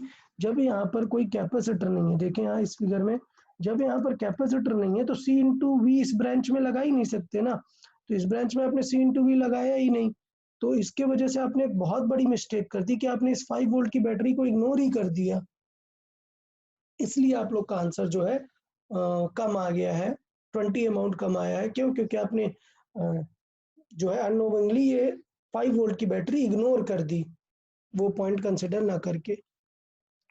मुझे लगता है अभी ये सारी चीजें क्लियर होंगी, तो नोडल का काफी सारा आइडिया आप लोग को अभी लग गया होगा। ओके, तो यहाँ तक हमारी सिचुएशन थी, नोडल के बारे में हमने काफी सारी डिटेल बात की, क्लियर। अब बात करते हैं कुछ स्पेशल चेंजेस की, बात कर लेते हैं कि कैपेसिटर में अगर हम कुछ चेंजेस करें तो क्या क्या फर्क पड़ सकता है। तो बात कर लेते हैं कुछ स्पेशल केस, ठीक है। तो स्पेशल केस बात करते हैं। स्पेशल केस में सबसे पहले लेट से बात कर लेते हैं कि हम चेंज क्या क्रिएट करने वाले हैं। तो लेट से इस स्पेशल केस में बात करते हैं separation between the plates of capacitor is increased. So let's say हमें एक सिनेरियो डिस्कस करना है जिसमें separation between the plates of capacitor is increased, ये एक स्पेशल पॉइंट हमें डिस्कस करना है। तो देखिए, दो तरीके होते हैं, कभी भी याद रखें आप, कभी भी कैपेसिटर के चेंजेस से रिलेटेड अगर क्वेश्चन है तो हमेशा आपको दो चीजें तुरंत फोकस में लेके आनी है। नंबर 1, तुरंत दो चीजों के बारे में सबसे पहले सोचना है, क्या कि कैपेसिटर है कैसा, कैपेसिटर है कैसा। तो कैपेसिटर हो सकता है isolated capacitor, isolated capacitor. Isolated capacitor का मीनिंग क्या होता है? आइसोलेटेड कैपेसिटर का मीनिंग होता है कि not connected with the battery, not connected with battery. So ये मानना है कि बैटरी से कनेक्टेड नहीं है, मतलब क्या हुआ है कि एक बार चार्ज करके रिमूव कर दिया है। सो आइसोलेटेड कैपेसिटर का मतलब है एक बार चार्ज करके रिमूव कर दिया है। क्लियर? तो इसका मतलब सेकंड क्राइटेरिया क्या हो सकता है कि वो आइसोलेटेड नहीं है। इसका मतलब क्या है? कांस्टेंट पोटेंशियल डिफरेंस है। सो इसका मतलब उसका कांस्टेंट पोटेंशियल डिफरेंस है। तो आप समझ गए होंगे कांस्टेंट पोटेंशियल डिफरेंस का मतलब ये है कि ऐसा कब हो सकता है? ऐसा तब हो सकता है जब वो बैटरी से कनेक्टेड हो। तो इसका मतलब वो क्या है? It is connected with battery. तो दो केसेस हमेशा होते हैं। आप एग्जाम में हमेशा ध्यान देंगे कि आंसर आपके बिल्कुल बदल जाएंगे क्वेश्चन के अकॉर्डिंग कि क्वेश्चन कैसा है, whether it is connected with the battery or it is not connected with the battery. Okay, तो अब स्टार मार्क वाली बात याद कर लेते हैं कि जो मेन याद करने वाली बात है वो क्या है कि जब कोई एक कैपेसिटर आइसोलेटेड होता है तो वहां पर हम लगाते हैं क्या? Conservation of charge. सब लोग समझेंगे क्या? कि सोचो एक कैपेसिटर को आपने चार्ज करके 20 कूलम से चार्ज करके छोड़ दिया है, तो हमने क्या बात की थी? दैट यूनिवर्स में चार्ज कंजर्व रहता है, ये चार्ज डिस्ट्रॉय नहीं हो सकता। तो इसका मतलब अगर आपने एक आइसोलेटेड कैपेसिटर रख दिया है तो उसका चार्ज फिक्स हो जाता है, ठीक। लेकिन अगर आपने कांस्टेंट पोटेंशियल से कनेक्ट कर दिया बैटरी से, तो सोचो मैं इस कैपेसिटर से चार्जिंग वापस ले रहा हूँ, तब भी ये बैटरी क्या करेगी? फिर से उसे चार्ज दे देगी और सेम पोटेंशियल डिफरेंस पे मेंटेन करेगी। तो इसका मतलब इन दोनों में अगर आपको जो खास बात एकदम माइंड में रखना है, एकदम शार्पली इस बात को दिमाग में हमेशा रखना है सेफ, कि अगर आइसोलेटेड कैपेसिटर है तो इसका मतलब क्या रहेगा? चार्ज कांस्टेंट रहेगा। सो आइसोलेटेड कैपेसिटर मतलब एक बात तुरंत आनी चाहिए, क्या? चार्ज, मतलब कि वो जो क्यू है वो क्या रहेगा? कांस्टेंट रहेगा। तो सबसे पहले हमें ये ध्यान देना है। और अगर हम यहाँ पे बात करें बैटरी में, तो आप समझ गए क्या कांस्टेंट रहेगा? पोटेंशियल कांस्टेंट रहेगा। सो पोटेंशियल, हाँ पोटेंशियल मतलब V कांस्टेंट रहेगा। क्यों? क्योंकि बैटरी से कनेक्टेड है। सो बैटरी उतना पोटेंशियल डिफरेंस हमेशा मेंटेन रखने का ट्राई करेगी। तो ये दो सिनेरियो है हमारे पास कि एक में हमारे पास चार्ज कंजर्व है और एक में हमारे पास क्या कंजर्व है?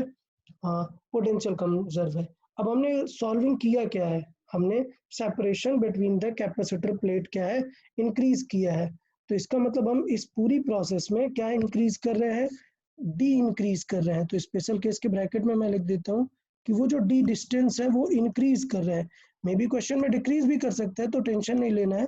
हम एक चीज डिस्कस करेंगे, उसके बाद आप सारा कुछ आप खुद से सॉल्व कर सकते हो। तो लेट्स से डी इंक्रीज किया हुआ है और हम स्टेप वाइज बात करेंगे। सबसे पहले डी का इम्पैक्ट किस पे पड़ेगा? तो मैं पहले बता दूं, सबसे पहले सी का फॉर्मूला होता है epsilon not a by D. मतलब सबसे पहले आप ज्योमेट्री चेंज कर रहे हैं तो क्या बदल जाएगा? सी बदल जाएगा। तो सबसे पहले हम बात करेंगे कि सी बदल जाएगा, तो कितना बदलेगा, कैसे बदलेगा, वो हम चीजें देख सकते हैं। तो मैं यहाँ पे 2 पॉइंट्स लिख देता हूँ। लेट से बात कर लेते हैं कि ये इनिशियल सिनेरियो है और ये एक फाइनल सिनेरियो है।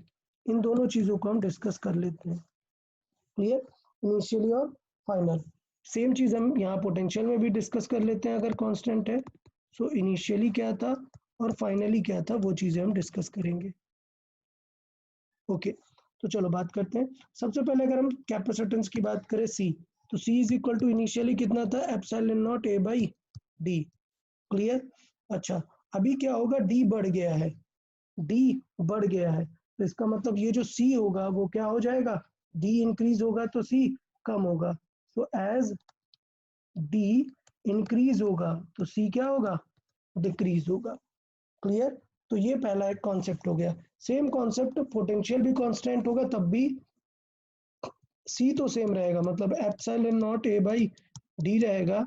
और सेम सिनेरियो रहेगा एज डी इंक्रीजेस, डिस्टेंस बढ़ रही है, सी डिक्रीज होगा। ये डिस्टेंस आप समझ रहे हैं ना? ये कैपेसिटर के बीच की डिस्टेंस थी डी प्लेट्स की, अब आपने वो खींच के बड़ी कर दी है, कुछ ऐसा कर दिया डी डैश, तो वो क्या हो गया है? इंक्रीज हो गया है। ठीक है, सो ये मतलब है इस डी का। ओके, चले, तो हमें एक फॉर्मूला कभी नहीं बोलना चाहिए क्या, Q is equal to C into V. सब लोग को ये फॉर्मूला माइंड में बिल्कुल रहना ही चाहिए कि इसके बेसिस पे हम काम करेंगे। तो हमारा एक चीज पता चल गया सी। अब हमारा टारगेट क्या है, Q और V के बारे में बात करना। ठीक है, तो चले बात कर लेते हैं Q के बारे में। तो लेट से Q कुछ था इनिशियली, कुछ Q था Q नॉट करके चार्ज, तो अभी क्या रहेगा, कांस्टेंट रहेगा। क्यों, क्योंकि यही तो हमने देखा है, अगर वो आइसोलेटेड कैपेसिटर है तो Q क्या रहेगा, कांस्टेंट रहेगा। मतलब अगर हम बात करें Q, तो Q चेंज नहीं होगा, कांस्टेंट रहेगा। देन अगर हम बात करें पोटेंशियल की V, so V is equal to क्या हो जाएगा, Q is equal to C V से अगर देखें, ये फॉर्मूला एकदम रट के रखो यार। So V is equal to क्या होगा, Q by C. So V is equal to होगा Q बाई सी, मतलब Q not by C. Clear. अब देखना Q नॉट कांस्टेंट है, C कम हो रहा है, तो इसका मतलब V क्या होगा, V इंक्रीज करेगा। ये लाइन सबको समझ में आई। चलो पूरा लिख देते हैं, एज C डिक्रीजेस, सो V क्या होना चाहिए, इंक्रीज होना चाहिए, बिकॉज Q क्या है, कांस्टेंट है। क्लियर। अच्छा, अब यार प्रॉब्लम है इस तरफ, क्या, पोटेंशियल वाले में। पोटेंशियल में Q कांस्टेंट नहीं है ना, तो पोटेंशियल में पहले हम क्या लिख देंगे, V लिखेंगे। तो मान लेते हैं कि V नॉट बैटरी से कनेक्टेड था वो, तो इसका मतलब अगर वो कनेक्टेड है अभी भी, तो V क्या रहेगा, कांस्टेंट रहेगा। तो अब यहाँ पे बात करते हैं Q। So Q is equal to पहले क्या था, C into V. Clear, C into V, और हमें पता है कि V तो फिक्स है, V चेंज नहीं हो रहा है। एज C डिक्रीज हो रहा है, तो इसका मतलब Q भी क्या होगा, डिक्रीज होगा। तो ये यहाँ तक का हमारा डिस्कशन था। तो अब बताओ, इसमें किसी को कुछ डाउट है तो बता दे, क्या, कि पहले देखना है, जज करना है कि C पे इम्पैक्ट क्या होगा, फिर अगर वो आइसोलेटेड है तो फिर Q चेंज नहीं होगा, क्या चेंज होगा, V चेंज होगा। लेकिन अगर वो बैटरी से कनेक्टेड है तो V चेंज नहीं होगा, क्या चेंज होगा, Q चेंज होगा। यहाँ तक किसी के कुछ डाउट है तो बताए, ये तीनों ही केसेस में पूछे। सर अगर डी इनफिनिट कर दिया तो क्या चेंज होंगे? यार डी इनफाइनाइट, डी की वैल्यू इनफाइनाइट रख दो फिजिकली, तो सी मतलब रिलेटिवली जीरो हो जाएगा, उसके अकॉर्डिंग इनफाइनाइट पोटेंशियल कंसिडर कर सकते हैं। मैथमेटिकल ही रखना है, कोई प्रॉब्लम नहीं है, आप मैथमेटिकल कुछ भी रख सकते हैं, उसके अकॉर्डिंग आप एनालिसिस दे सकते हैं। सर तो फिर वो सी जीरो हो जाने के बाद कैपेसिटेंस कैसे रहेगा उसमें? अरे कैपेसिटेंस नहीं रहेगा, मतलब सी जीरो हो जा रहा है, कैपेसिटेंस उसका जीरो हो जा रहा है, इसका मतलब क्यू और वी क्या है, जो उनका रिलेशन रहेगा सी के थ्रू था, वो एक इनफाइनाइट रिलेशन होगा। मतलब आप अगर चार्ज दोगे, कहीं पे भी चार्ज दोगे, तो फिजिकली ये मानो कि इन्फिनिटी पे चार्ज रखे हुए हैं, तो मतलब ये मान के चलो कि कुछ पता नहीं है कि पोटेंशियल कितना होगा। तो ऐसे केसेस में आप बस मैथमेटिकल रीड करके आंसर कर दो। मैथमेटिकली दिख रहा है कि V is Q not by C, और C की वैल्यू आपने रख दी है जीरो, तो V क्या हो जाएगा, इनफाइनाइट, बस। सर तो तो फिर क्यू भी जीरो हो जाएगा ना? Q आपने दे के रखा है, Q एक समझो, आइसोलेटेड कैपेसिटर का मतलब ये है, देखें कि आपके पास एक कैपेसिटर था ना, और आपने इसे चार्ज दे दिया 20 माइक्रो कूलम, अब बोल रहे हो कि सर इस प्लेट को इनफाइनाइट पे ले जाओ, लो इनफाइनाइट पे सपोज ले गए, तो इसका चार्ज थोड़े ना खत्म हो जाएगा यार, समझ रहे हैं, इसका चार्ज नहीं खत्म हो जाएगा, उल्टा आपने पूरा एक यूनिवर्स यूज कर लिया उस चार्ज के को सेव करने के लिए, तो मतलब आप इनफाइनाइट पोटेंशियल स्टोर कर सकते हैं यहाँ पे, ये थॉट है।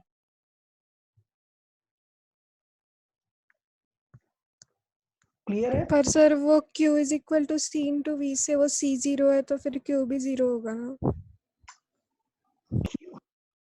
सुने, Q हमने दे के रखा है, Q हमने उसे देकर रखा है। देखो सिस्टम, देखो system is called isolated capacitor, मतलब चार्ज कांस्टेंट है। आइसोलेटेड का मतलब है आपने कैपेसिटर को अलग कर दिया है। ऐसा थोड़े ना है कि उसमें अचानक से चार्ज आ जाएगा, ऐसा कुछ नहीं है कि ये कैपेसिटर यहाँ पे रखा हुआ है और आपने ऐसे इसकी डिस्टेंस बढ़ा दी और इसमें चार्ज आ गया, पोटेंशियल आ गया, ये सब हो गया, ऐसा नहीं है। अगर Q इनिशियली जीरो ही रख दिया आपने, तो फिर V कभी आएगा ही नहीं ना, V तो जीरो ही रहेगा हमेशा।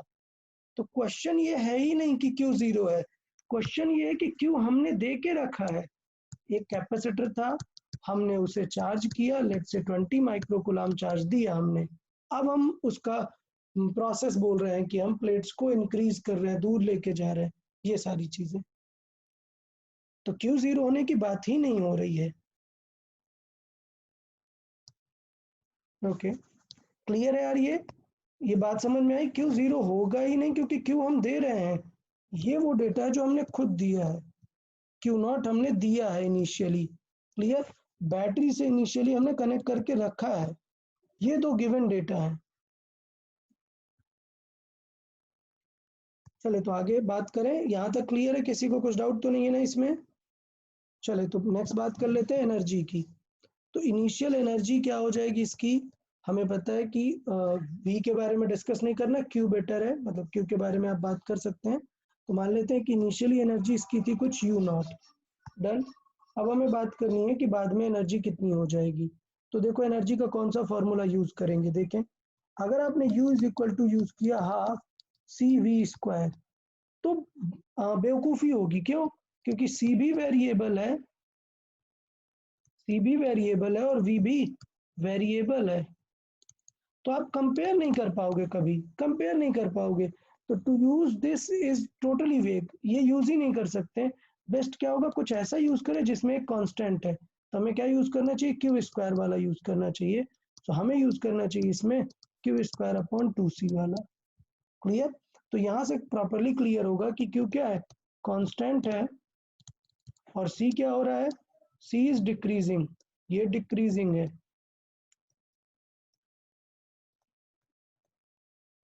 तो इसका मतलब अगर ये डिक्रीजिंग है तो U क्या हो जाएगा? इंक्रीजिंग हो जाएगा। सो फाइनली सबको इंटरप्रिटेशन समझ में आया कि एनर्जी क्या होगी उस कैपेसिटर की? बढ़ने लग जाएगी अगर आप उसे खींचेंगे। सो पोटेंशियल एनर्जी क्या होगी? इंक्रीज होगी, U इंक्रीज होगा। किसी को इसमें कुछ डाउट है कि why U is increasing?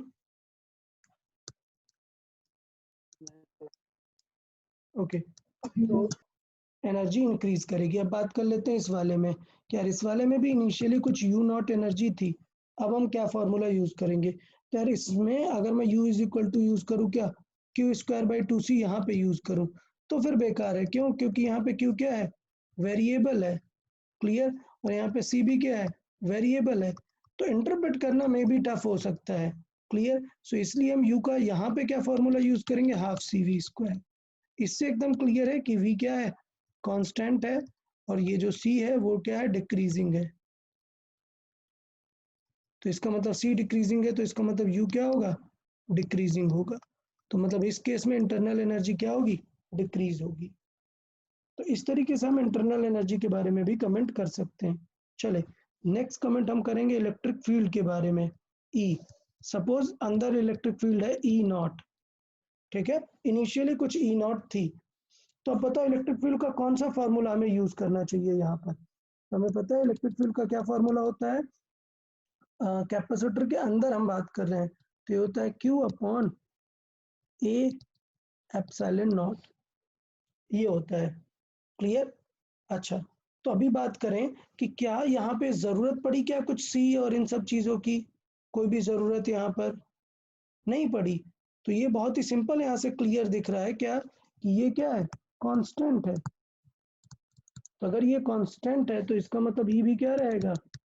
Constant रहेगा, चेंज नहीं होगा। तो ये खास बात है कि अगर आइसोलेटेड कैपेसिटर में आप इंक्रीज करोगे प्लेट को, तो इलेक्ट्रिक फील्ड चेंज नहीं होगी। पोटेंशियल वाले में बात कर लेते हैं कि यहाँ पे let's say initially is equal to E0 था, ठीक है? अभी फाइनली बात करना है, तो यहाँ पे तो Q चेंज हो रहा है ना, तो इसका मतलब यहाँ पर वैल्यू में चेंज आ सकता है। तो वो आपको फिर यहाँ पे देखना पड़ेगा। तो बहुत ही सिंपली देख सकते हैं कैसे, that E is equal to formula क्या है? Q/A∁0। और ये Q क्या है? देख लेते हैं Q क्या था इसमें। Q देखें डिक्रीजिंग है, क्वेश्चन में हमें दिख रहा है Q क्या है? डिक्रीजिंग है। तो ये क्या होगा? डिक्रीजिंग होगा। तो इसका मतलब क्या हो जाएगा? E की बात करें तो E यहाँ पर क्या हो जाएगा? डिक्रीजिंग आ जाएगा। सो यहाँ पर E इज इक्वल टू क्या आ जाएगा? डिक्रीजिंग। E decreasing. ठीक है, किसी को कुछ डाउट है यार ई निकालने में, ई कैसे डिक्रीजिंग आ गया? बहुत ही सिंपली हम ई जस्टिफाई कर सकते हैं, दैट ई क्या होगा, डिक्रीजिंग होगा। अच्छा एक चीज और, एक और लॉजिक से ई भी निकाल सकते हैं। आपको ये याद है that v is equal to E into D होता है। पता है कि v कांस्टेंट है और d इधर डिवाइड पे जाएगा, तो d क्या हो रहा है, इंक्रीज हो रहा है, मतलब e को क्या होना पड़ेगा, डिक्रीज होना पड़ेगा। हम यहाँ से भी देख सकते हैं। ठीक है, तो वो उतना बड़ा प्रॉब्लम नहीं है। चलिए बात करते हैं फोर्स के लिए। फोर्स क्या होगा, फोर्स ऑन कैपेसिटर प्लेट, तो सेम फोर्स लेट से पहले क्या था, कुछ एफ नॉट था, और फोर्स का फॉर्मूला याद रखना चाहिए। फोर्स का फॉर्मूला कौन बता सकता है, कोई बताए, चले फोर्स का फॉर्मूला बताएं,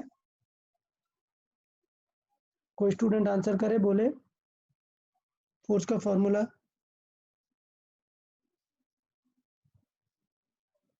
यार कोई नहीं आंसर कर सकता फोर्स का फॉर्मूला, तो फिर पढ़ क्या रहे हो यार, रिवाइज क्या कर रहे हो? Q square upon 2a epsilon not. Very good. तो ये होता है Q square upon 2a epsilon naught. Clear, ये फोर्स होता है। तो सेम चीज चार्ज क्या है, कांस्टेंट, तो मतलब कि इस केस में एफ भी क्या रहेगा, कांस्टेंट। तो ये चीज हम समझ गए हैं। तो यहाँ पे अगर लेट से पहले एफ इज इक्वल टू कुछ एफ नॉट था, अभी सेम फॉर्मूला वही यूज कर सकते हैं, एफ इज इक्वल टू क्या, Q square upon 2a epsilon not. So Q decreasing है, सो इसका मतलब क्या हो जाएगा, फोर्स भी कम होने लगेगा, डिक्रीज होने लगेगा। तो इस तरीके से एग्जाम में आपको क्वेश्चंस डिफरेंट डिफरेंट पूछे जाते हैं और फिर उसके बेस्ड पे आपको आंसर करना पड़ता है। तो आई गेस अभी क्लियर होगा आपको ये चीज सॉल्व करना। ठीक है, चले फिर हमने तीन चीजें बात की थी, क्या, हीट और इन सब के बारे में। क्लियर, तो अगर हम बात करें कि लेट से आप इंक्रीज कर रहे हो, सोचो ये कैपेसिटर है और आप इसकी प्लेट को इंक्रीज कर रहे हो डिस्टेंस, तो कोई ना कोई एक्सटर्नल फोर्स भी तो होगा ना, कोई ना कोई एक्सटर्नल फोर्स होगा, इसका मतलब वर्क डन बाय एक्सटर्नल भी आएगा। तो एक तो बैटरी काम कर रही थी, बट एक नया एक्सटर्नल फोर्स भी वर्क डन आएगा। तो एक चीज याद रखना है कि दोनों केसेस में मैं यहाँ पर लिखूंगा एक work done by external agent जरूर आएगा। क्यों, क्योंकि हम प्लेट का क्या कर रहे हैं, डब्ल्यू उसको पुल करके बड़ा कर रहे हैं, खींच रहे हैं, तो work done by external agent भी जरूर आएगा। तो एक चीज याद रखना, यहाँ पे डब्ल्यू एक्सटर्नल एजेंट जरूर आएगा, एक work done by external agent आएगा। सो ये डब्ल्यू एक्सटर्नल करके एक रहेगा ही रहेगा। ठीक है, work done by external force एक आएगा। तो अगर हम बात करें तो टोटल ओवरऑल अब कॉन्सेप्ट क्या बन जाएगा, पहले हम लिखते थे work done by battery, but अब हमें क्या क्या करना पड़ेगा, work done by external plus work done by battery will cause the change in energy plus heat। ये हमारी इक्वेशन होगी। तो दोनों ही तरफ हमें ये इक्वेशन ध्यान देनी पड़ेगी, क्या होगी, work done by external plus work done by battery is equal to change in U plus delta H. Clear, अब इसमें ये ध्यान देना है कि हीट निकलेगी क्यों। अगर हम बात करें कि प्रोसेस बहुत ही स्लो मूव हो रही है, तो अगर प्रोसेस बहुत ही स्लो है तो हम मान के चलते हैं कि heat loss in that scenario क्या होगा, जीरो होगा।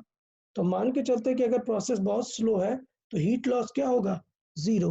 तो यहाँ पे लिख देते हैं ये चीज, if the process is slow,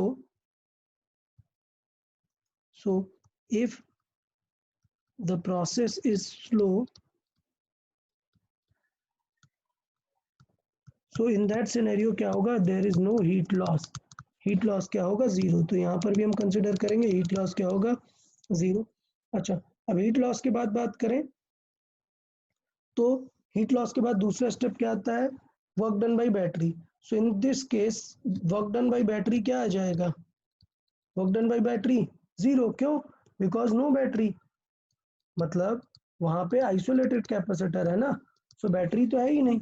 अच्छा, यहाँ पे वर्क डन बाई बैटरी आएगा। क्लियर, क्यों, क्योंकि वो चार्ज फ्लो कराएगा आपको।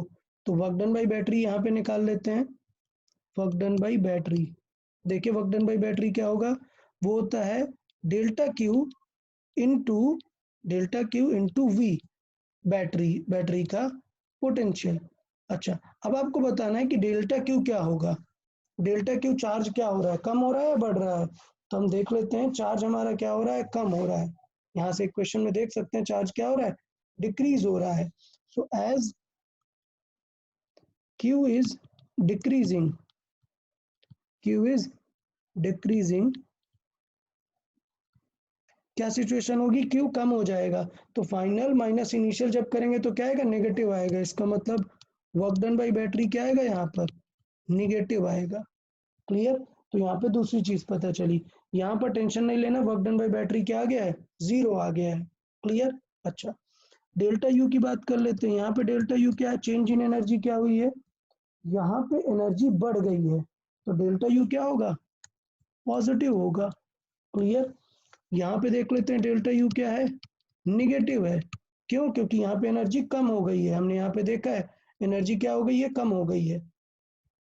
तो देखिए क्या क्या पता चल गया हमें, work done by battery delta S तो 0 था, डेल्टा यू 0 था, तो इसका मतलब work done by external agent क्या आ जाएगा, work done by external agent आ जाएगा पॉजिटिव। क्यों? देखो वर्क डन बाई बैटरी 0 रख दिया, डेल्टा एस 0 रख दिया, तो डेल्टा यू अगर पॉजिटिव है मतलब work done by external agent क्या होगा, पॉजिटिव। यहाँ पे बात कर लेते हैं work done by external agent के बारे में, कुछ बोल सकते हैं या नहीं। देखिए वर्क डन बाई बैटरी भी नेगेटिव है और चेंज इन एनर्जी भी नेगेटिव है। अगर हम इन दोनों को सॉल्व करें तो हमें वैल्यू फाइनली पता चल जाएगा कि work done by external agent कितना होगा। तो हम इस केस में बता नहीं सकते एग्जैक्टली, हम लिख सकते हैं कि डी यू माइनस क्या हो जाएगा, work done by battery. Clear? तो इस तरीके से हम ये बता सकते हैं कि सिर्फ हम लिख सकते हैं कि कितना पार्ट होगा, हम एग्जैक्ट वैल्यू नहीं बता सकते। बट अगर आपको पता हो तो आपको ये पता होगा कि ये जो एनर्जी होती है वो half Q square by 2c type पे रहती है, क्यू इंटू वी टाइप पे रहती है एनर्जी यू, जबकि जो W है वो आपको क्या रहेगा, क्यू इंटू डायरेक्टली वी है, मतलब वो हाफ नहीं है। तो हम ये बता सकते हैं कि W बैटरी हमेशा ज्यादा होगा डेल्टा यू से। क्लियर? तो आप देखें इस तरीके से कर सकते हैं, अगर आपको डेल्टा यू चाहिए तो आप लिख सकते हैं डेल्टा यू, देखें क्या लिख सकते हैं, U final minus U initial, और यू फाइनल कैसे लिख सकते हैं, half Q final into V minus half Q initial into V, ये लिख सकते हैं। वी तो बिकॉज क्या था, कांस्टेंट था, तो ये एनर्जी क्या आ जाएगी, half into Q final minus Q initial into V. Clear? जबकि वर्क डन बाई बैटरी क्या है, वर्क डन बाई बैटरी है सिर्फ Q final minus Q initial into V. तो यहां से पता चल रहा है कि work done by battery is higher than this. Work done by battery अगर हम देखें तो ये हो जाएगा क्या, लेट्स से ये थोड़ा सा यहाँ हटा देते हैं, वर्क डन बाई बैटरी यहाँ से देखें तो ये हो जाएगा Q final minus Q initial into जो बैटरी का पोटेंशियल है वो तो रहेगा। As Q is decreasing it is clear कि जो delta work done by battery है वो क्या है, नेगेटिव है। बट यहाँ से हम देख सकते हैं कि डेल्टा जो बैटरी है वो ज्यादा है, वर्क डन बाई बैटरी ज्यादा है।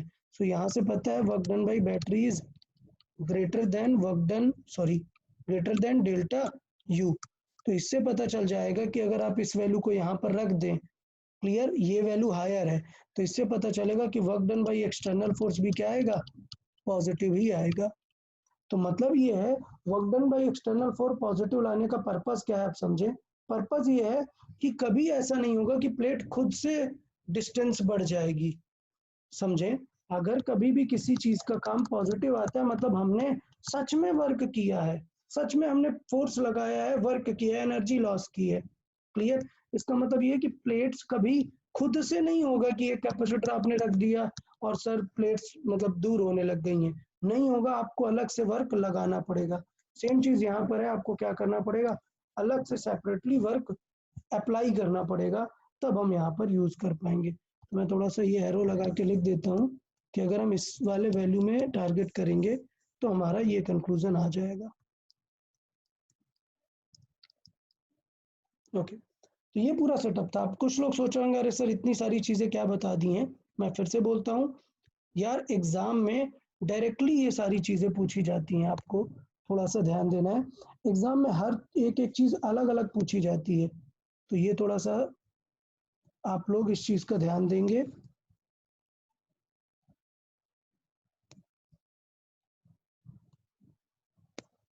और अभी इसमें किसी को कुछ डाउट है तो पूछें।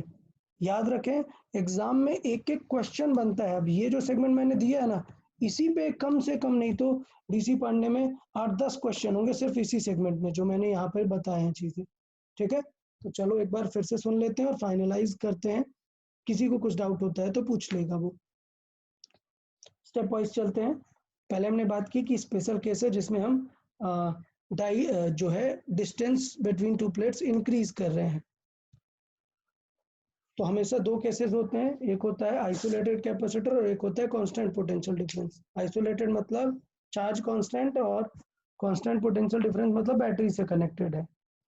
तो दोनों केसेस में हमने सबकी वैल्यूज दी। सबसे पहले सी डिस्कस करते हैं, फिर बाकी चीजें एक बार आप लोग रिव्यू करें, एक बार आप लोग देखें, किसी को कुछ डाउट है तो पूछें। मैं स्क्रीन शेयर कर रहा हूँ, ये इस स्क्रीन में रीड करें। जिसको जो भी पार्ट नहीं समझ में आया वो पूछे विद लॉजिक।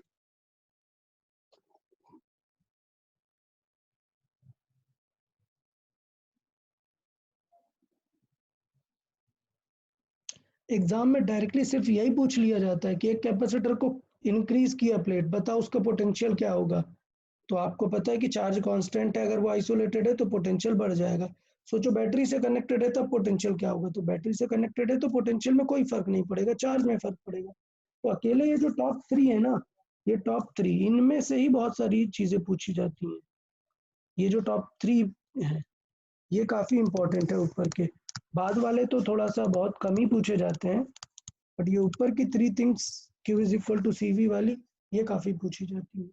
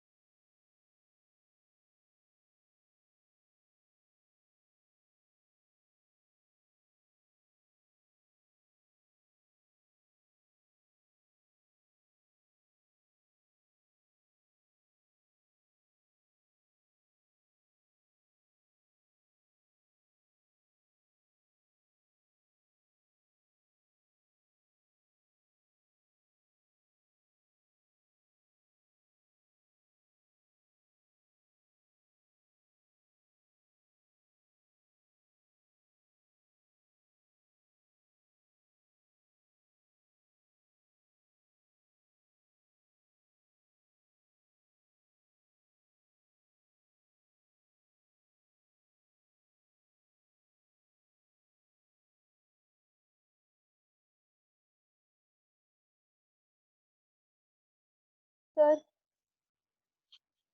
Sir hello. हाँ पूछे। हाँ सर, वो कांस्टेंट पोटेंशियल डिफरेंस में भी वर्क एक्सटर्नल करना पड़ेगा ना, डिस्टेंस इंक्रीज करने के हाँ, लिए। दोनों में ही वर्क एक्सटर्नल करना पड़ेगा। हमने फाइनली कंक्लूड भी किया, हमने दोनों चीजों को कंक्लूड किया कि ऐसा कभी नहीं होगा कि खुद से ही प्लेट्स अपार्ट हो जाए। ये हमने कॉमन सेंस लगाया था कि खुद से प्लेट अपार्ट हो जाए, ऐसा पॉसिबल नहीं है। हमें खुद वर्क करना पड़ेगा। वही चीज हम यहाँ पे दिखा रहे हैं।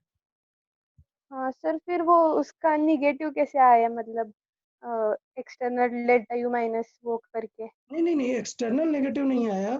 External work done by external positive ही आ रहा है। आप एक बार स्टेप वाइज पूरी चीजें पहले एक बार देखें। ये सारी चीजें जो अभी लिखी हैं उनको एक बार रीड करें proper.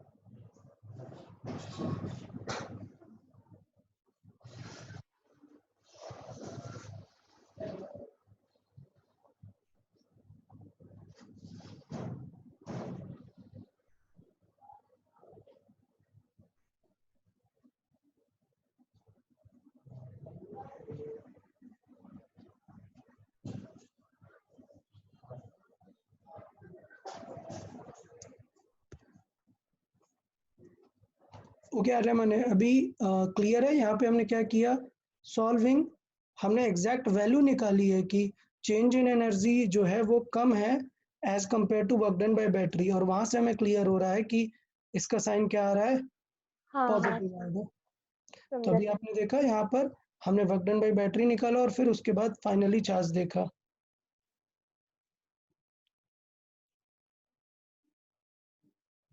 Okay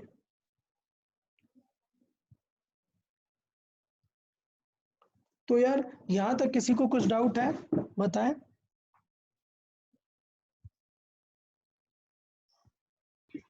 no sir. Okay पक्का? तो यहाँ तक अगर सबको क्लियर है तो बहुत ही अच्छी बात है। मैं फिर से बोल रहा हूँ, एक बार फिर से बोल रहा हूँ कि ये सारे एक एक क्वेश्चन बनते हैं कि क्वेश्चन आपको बार बार ऐसे सिर्फ ऐसे ही मोल्ड करेगा। और मुझे पता है आप लोग डाउट पूछोगे, मेरे से बहुत सारे डाउट पूछोगे, बट मैं बता रहा हूँ आप लोग खुद से बहुत ही अच्छे से क्लियर कर सकते हो अगर ये वाला कॉन्सेप्ट आप सबको समझ में आया प्रॉपर। क्लियर? तो ये कॉन्सेप्ट आपके लिए समझना बहुत इंपॉर्टेंट था। आइसोलेटेड मतलब चार्ज कांस्टेंट, और अभी नहीं, ये आगे बहुत जगह काम आएगा। क्लियर? ओके ठीक है।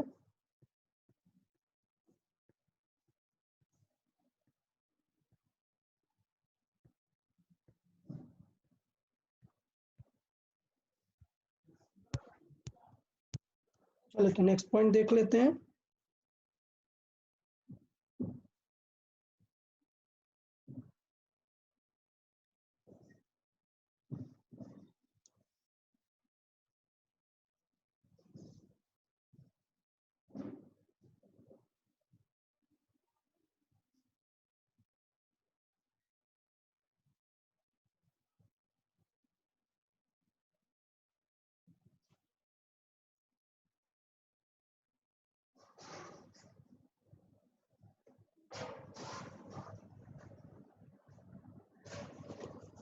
चले बात कर लेते हैं सेकंड सिनेरियो पे।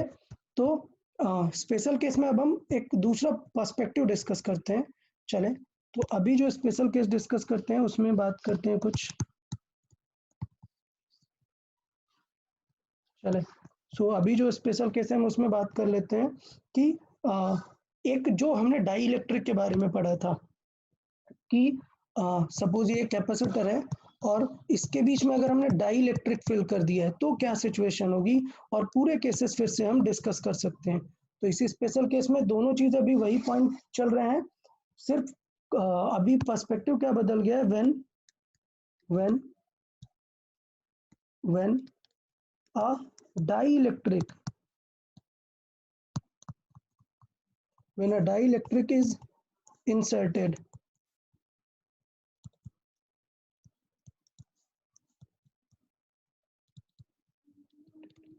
when a dielectric is inserted in between, तो तब केसेस क्या हो जाएंगे। फिर से हम पूरा वही सिनेरियो डिस्कस करने वाले हैं, क्या कि अगर डाई इलेक्ट्रिक करेंगे तो फिर क्या क्या चेंजेस आएंगे, और इस बार हम वैल्यू भी कैलकुलेट करेंगे।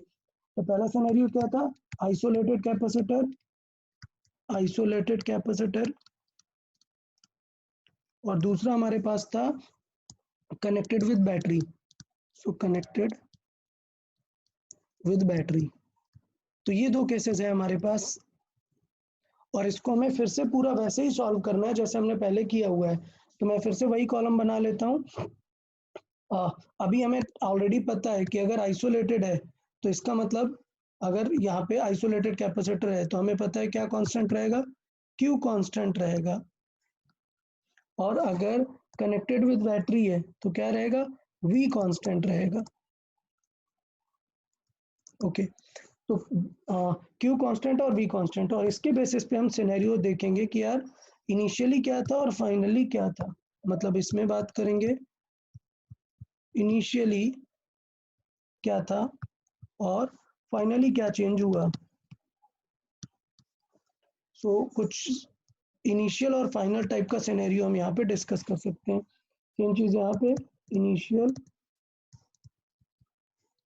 एंड फाइनल, तो ये दो चीजें हमें डिस्कस करनी है। तो चले डिस्कस करते हैं। लेट्स से एक डाइलेक्ट्रिक स्लैब इन डाइलेक्ट्रिक इंसर्ट किया हुआ है, के डाइलेक्ट्रिक है उसका, डाइलेक्ट्रिक कांस्टेंट के है। तो देखिए क्या बदल जाता है। तो सबसे पहले जैसे मैंने प्रीवियस बात किया था, क्या बात करते हैं हम, सी की बात करते हैं। देखो सी क्या था, सी था epsilon not a by D. अब सबको पता है अगर डाइलेक्ट्रिक रख देंगे तो जो सी डैश नया आने वाला है वो क्या हो जाएगा, डाइलेक्ट्रिक एप्सिलॉन के साथ आता है हमेशा, तो क्या हो जाएगा के epsilon not a by D. अच्छा, अब हमेशा आपको पता है कि डाइलेक्ट्रिक कभी भी नेगेटिव नहीं हो सकता, कभी भी नेगेटिव नहीं। डाइलेक्ट्रिक मिनिमम जो हम बात करते हैं वो क्या होता है, 1 होता है। किनके लिए, एयर के लिए या फिर वैक्यूम के लिए 1 होता है, बाकी सबका इससे ज्यादा होगा। मतलब के ऑलवेज ग्रेटर देन 1 होता है, ये आपको मान के चलना है, ग्रेटर देन और इक्वल टू 1। तो इसका मतलब क्या होगा, सी हमेशा इंक्रीज करेगा। तो इसका रिजल्ट क्या है, इसका रिजल्ट है कि सी इंक्रीज करेगा। अच्छा, सी पे तो कोई फर्क नहीं पड़ता, मतलब यहाँ पे भी अगर हम देखें तो सी का फार्मूला होगा epsilon not a by D, clear. और यहाँ पे अगर बात करें सी डैश का तो वो हो जाएगा, सॉरी, यहाँ पे अगर सी डैश की बात करें तो ये हो जाएगा के epsilon not a by D. तो यहाँ पर भी क्या होगा, सी इंक्रीज करेगा।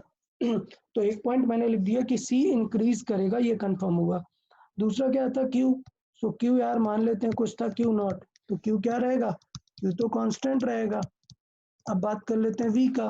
तो फॉर्मूला क्या है, Q is equal to C V, मतलब वी क्या होगा, क्यू बाई सी। सो मैं लिख देता हूँ वी इज इक्वल टू क्या है यार, क्यू बाई सी। और हमें पता है कि सी बढ़ रहा है, सो एज सी इंक्रीज कर रहा है तो वी क्या होगा, डिक्रीज करेगा। सो वी क्या होगा, डिक्रीज करेगा। अच्छा, अब इस बार हम वैल्यू भी निकाल सकते हैं कि v कितना हो जाएगा। तो v इज इक्वल टू जो v डैश होगा, देख लेते हैं कितना होगा। पहले कितना था, Q not by original c, clear. तो मान लेते हैं इस वैल्यू को क्या, v नॉट है कुछ पहले। तो अभी देखो क्या होगा, कम हो रहा है ना, मतलब k टाइम्स कम हो जाएगा, तो कितना हो जाएगा, v नॉट बाई k। तो हम चाहते हैं कि यहाँ पर हम वैल्यूज भी फोकस करें। यहाँ पे बात करते हैं v इज इक्वल टू क्या था, v नॉट था, और अभी v क्या रहेगा, कांस्टेंट रहेगा, बदलेगा नहीं।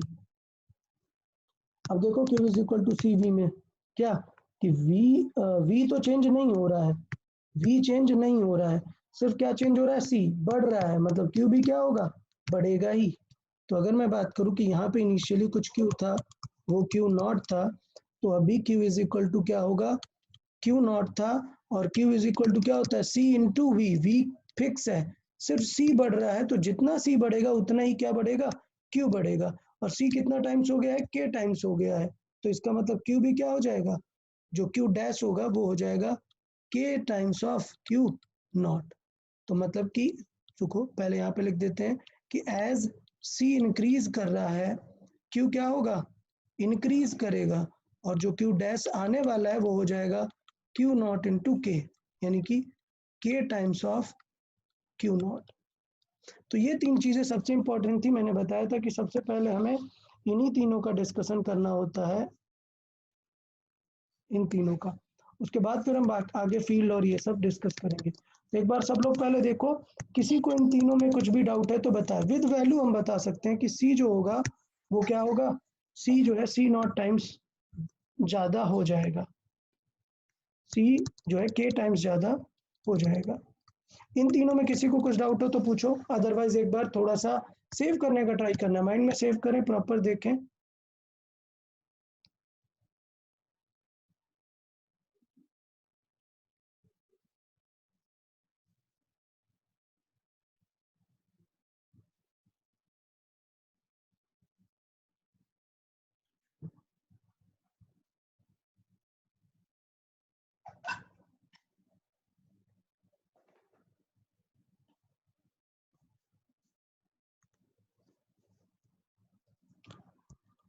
सर ये क्लियर है सबको, ये कंफर्म है,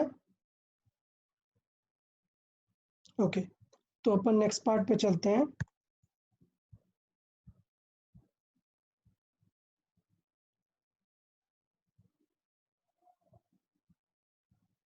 तो नेक्स्ट पार्ट पे हमने क्या क्या डिस्कस किए थे, लास्ट क्वेश्चन में थोड़ा सा देख लेते हैं। हमने डिस्कस किया था यू ई और एफ को, यू ई और एफ को मतलब एनर्जी के बारे में डिस्कस किया, और फिर बाकी सारी चीज़ों को। तो हम बात कर लेते हैं यू का डिस्कशन, फिर यू इज इक्वल टू कुछ है यू नॉट एनर्जी। तो अभी देखें हम अभी क्या चेंजेस आ जाएंगे उस एनर्जी में, यू में। तो बात कर लेते हैं u का क्या चेंज आएगा। तो u का कौन सा फार्मूला यूज करना है वो इम्पोर्टेंट होता है। तो अभी हम डायरेक्टली यूज कर लेंगे कि हम कौन सा फार्मूला यूज कर रहे थे q डैश के लिए। v वाला यूज नहीं करना है, क्या यूज करेंगे q स्क्वायर बाई 2c वाला, बिकॉज q कांस्टेंट है, c क्या है k टाइम्स है। तो इससे पता चल रहा है कि c इंक्रीज करेगा मतलब u डिक्रीज करेगा। तो इससे पता चल रहा है कि u डिक्रीज करेगा और u कितना टाइम्स हो जाएगा, u डैश होगा u not by k। Okay, तो ये हो जाएगा u not by k। Clear? अच्छा, सिमिलरली आप लोग ट्राई करें। मैं चाहता हूं यार आप लोग एक बार क्या करें, सारी चीजें सॉल्व करके लिख के रखें और मैं 1 मिनट में फिर आपको समझा दूंगा। आप लोग खुद से लिख लें सारी चीजें कि इस केस में u क्या होगा और इस केस में v क्या होगा और f क्या होगा। तो तीनों चीजें मैं लिख देता हूँ। लेट से e कुछ था e नॉट, तो ई नॉट का भी डिस्कस करना है और हमारे पास कुछ था force F is equal to F naught. ये तीनों चीजें जल्दी से आप लोग लिख लें तीनों केसेस में, तो आपको बेटर समझ में आएगा कि आपसे क्या गलती हो रही है और क्या चेंजेस होंगे, F में क्या चेंजेस होंगे और U में क्या चेंजेस होंगे। इस तरफ भी मैं लिख देता हूँ U की वैल्यू कितनी है U नॉट है, F की वैल्यू कुछ F नॉट है और सॉरी F नहीं E पहले, E की वैल्यू कुछ E नॉट है और F की वैल्यू कुछ F नॉट है। अब देखना है कि कितने चेंजेस आने वाले हैं तीनों में। तो जल्दी से एक बार ट्राई कर ले फाइनल सिनेरियो क्या होगा, फिर हम डिस्कस कर लेते हैं।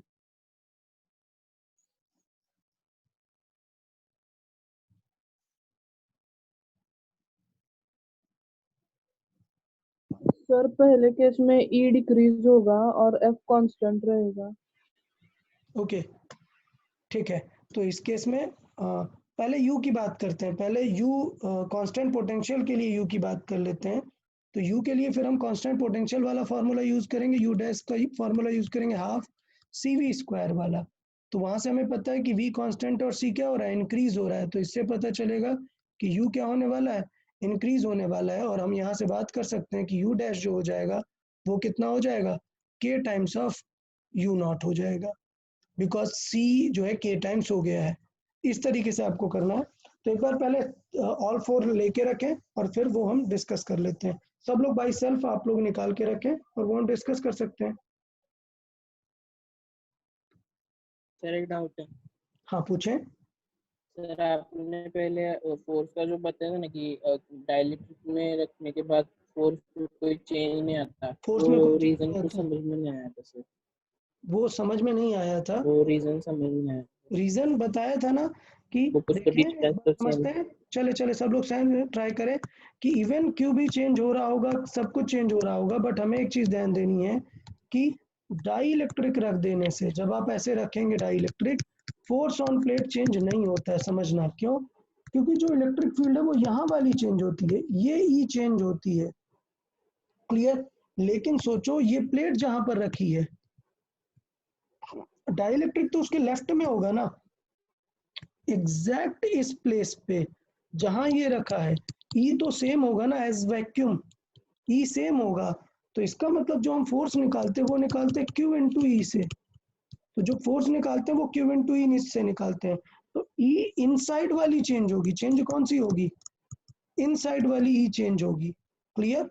जो जहां पर प्लेट रखी है दूसरी वाली वो चेंज नहीं होगी। तो हम जो कैलकुलेट करते हैं वो force on a plate of capacitor check करते हैं, तो वो चीज होती है।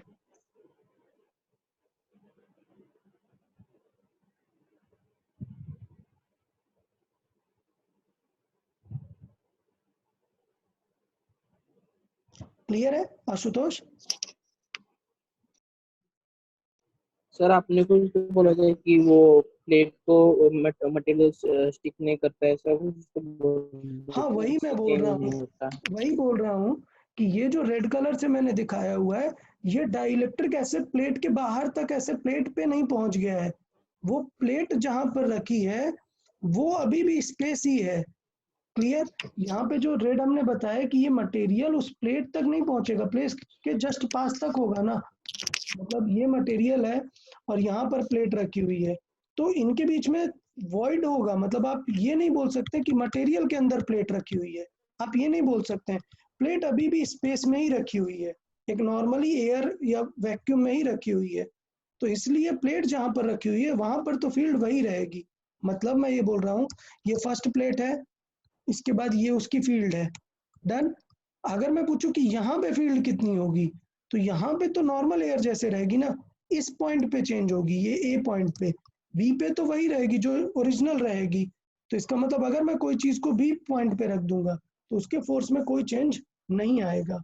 अगर किसी को मैं ए पे रख दूं तो चेंज आ जाएगा। ये सिंपल पैटर्न था। सर तो फिर हम वो कैपेसिटर को उठा के वाटर में रख देंगे तो वाइड नहीं रखेंगे तो होगा ना, बदल जाएगा, वाटर तब पूरा। बदल जाएगा। अगर उठा के पूरे कैपेसिटर को वाटर में रख दोगे तो फोर्स बदल जाएगा। ठीक है,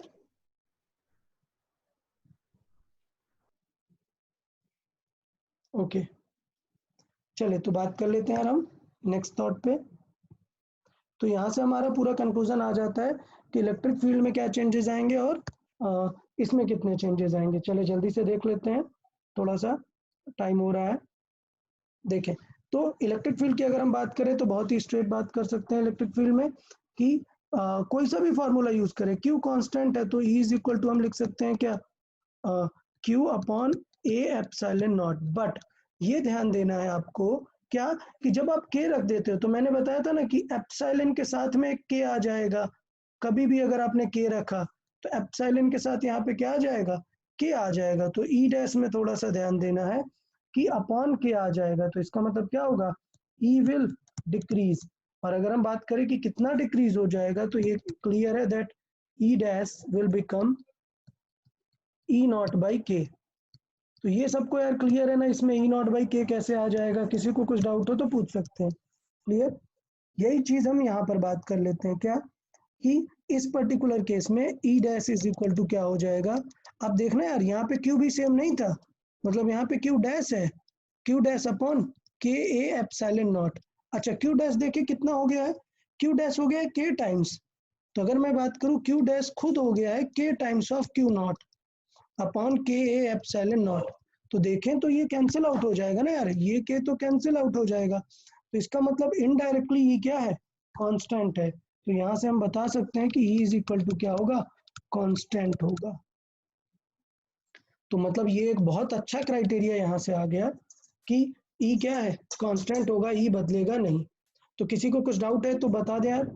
E में सबको समझ में आया कि E चेंज नहीं होगा। ओके, फोर्स की बात कर लेते हैं। तो फोर्स को F is equal to F naught था। मैंने बताया कि फोर्स का फॉर्मूला जरूर हम लिखेंगे, बट सीधे आप याद कर लो, बात ही खत्म है। आप डायरेक्टली याद कर लो कि फोर्स तो नहीं बदलेगा, डाई इलेक्ट्रिक रख देने से जो F रहेगा वो कांस्टेंट ही रहेगा, उसमें कोई चेंजेस नहीं आएंगे। तो मैं चेंज नहीं कर रहा हूँ, मैं डायरेक्टली लिख रहा हूँ एफ डैश क्या होता है, कांस्टेंट। ऑल्दो आप फॉर्मूला लिख सकते हैं कि क्यू स्क्वायर बाई के एप्सिलॉन नॉट ये सब, बट वो के वहां पर यूज ही नहीं होगा।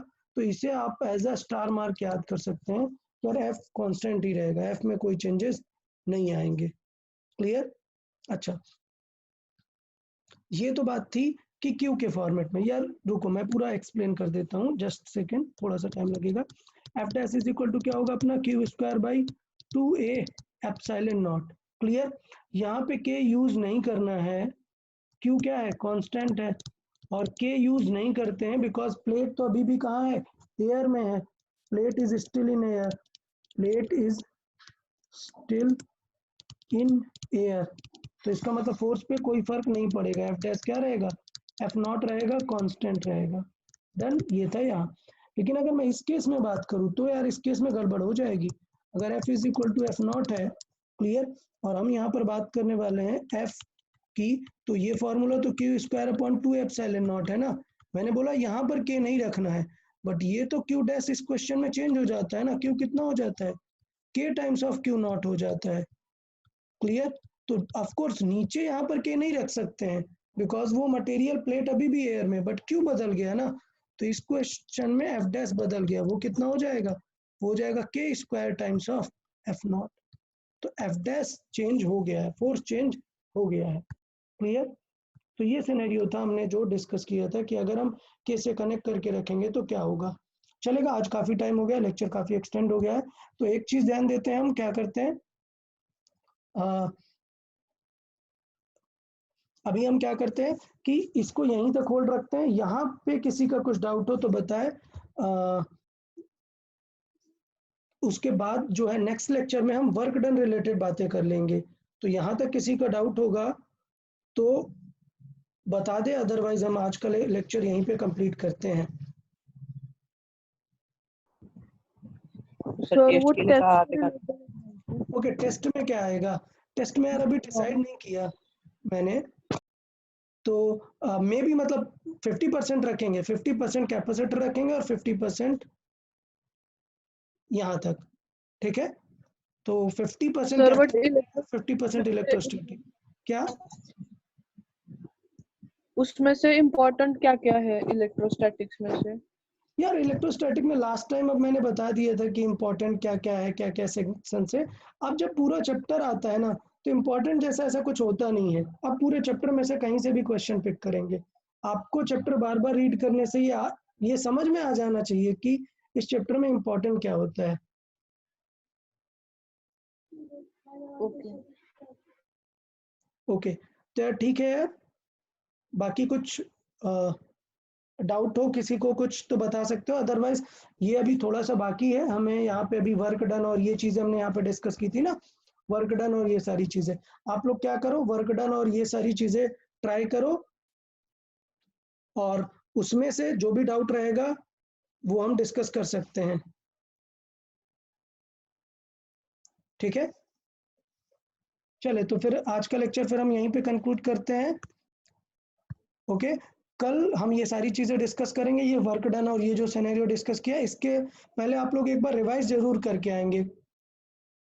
क्लियर? ओके, ठीक है। Okay then, goodbye everyone. Goodbye sir. Bye sir. Bye bye bye sir. Bye bye bye bye everyone.